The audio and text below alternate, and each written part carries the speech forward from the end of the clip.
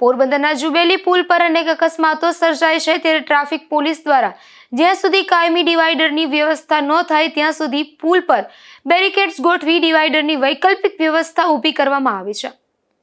પોરબંદર જિલ્લાના બડા વિસ્તારના તથા દ્વારકા ખંભાળિયા તરફથી આવતા લોકો માટે પોરબંદરમાં પ્રવેશ માટેનો મુખ્ય માર્ગ એટલે જુબેલી પુલ. જુબેલી 4 રસ્તા આ જુબેલી પુલ પર 2024-25ના વર્ષ દરમિયાન 9 જેટલા ગંભીર અકસ્માતોના બનાવ બન્યા છે.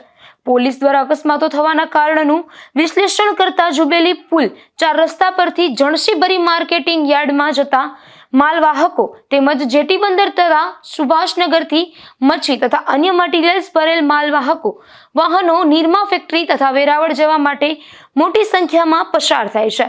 તેમજ જુબેલી પુલ ખૂબ પહોળો હોય અને ડિવાઈડર ન હોવાથી વાહન ચાલકો દ્વારા પુલ ઉપર ઓવરટેક કરવાને કારણે અકસ્માતો થવાનું કારણ જાણવા મળેલું હતું, જેથી જુબેલી પુલ ઉપરના અકસ્માતો નિવારવા માટે પોરબંદર પોલીસ અધિક્ષક ભગીરથસિંહ જાડેજા તથા નાયબ પોલીસ અધિક્ષક ઋતુરાબાની સૂચના તથા માર્ગદર્શન હેઠળ ટ્રાફિક શાખાની ટીમ દ્વારા જુબેલી પુલ ઉપર જ્યાં સુધી કાયમ ડિવાઈડરની વ્યવસ્થા ન થાય ત્યાં સુધી પુલ ઉપર બેરિકેડ્સ ગોઠવી ડિવાઈડરની વૈકલ્પિક વ્યવસ્થા ઊભી કરવામાં આવેલ છે.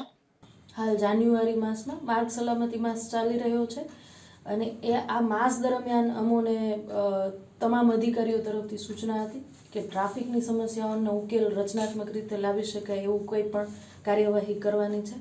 આ બાબતે જુબેલી જે પુલ છે કે જેમાં ખંભાળિયા દ્વારકા હાઈવે ઉપરથી જેટલા પણ વાહનો આવે છે એનો એન્ટ્રન્સ પોઈન્ટ જુબેલી પોઈન્ટ છે, જુબેલી પુલ છે.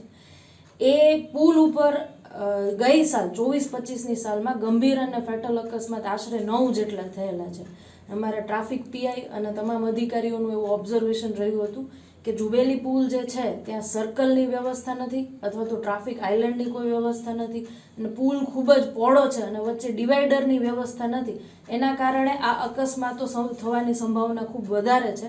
એટલે જ્યાં સુધી કોઈ પરમેનન્ટ સોલ્યુશન ના આવી જાય, બ્રિજ ઉપર કોઈ પરમેનન્ટ ડિવાઈડર ના બને અથવા તો કોઈ ટ્રાફિક આઇલેન્ડ ના બને ત્યાં સુધી ટેમ્પરરી અમારા ટ્રાફિક પીઆઈ અને પીએસઆઈએ જે કોઈ પણ બેરિકેડ પોલીસ પાસે અવેલેબલ હતા પબ્લિક પ્રાઇવેટ પાર્ટનરશિપથી એ બેરિકેડને ત્યાં વચ્ચે ગોઠવી અને આ અકસ્માતો નિવારવા માટેનો ઉત્તમ પ્રયાસ કરેલો છે.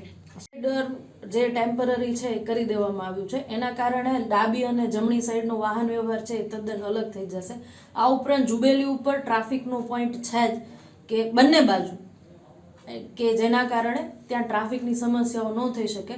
ભવિષ્યમાં અમારી એવી પ્રયત્ન રહેશે કે મહાનગરપાલિકાને અમે આ બાબતે પત્ર વ્યવહાર પણ કરેલો છે કે ટ્રાફિક આઇલેન્ડ વ્યવસ્થિત બને કે જેના કારણે તમામ વાહનો છે એ સુચારુ રૂપે પોતાની વ્યવસ્થા કરી શકે.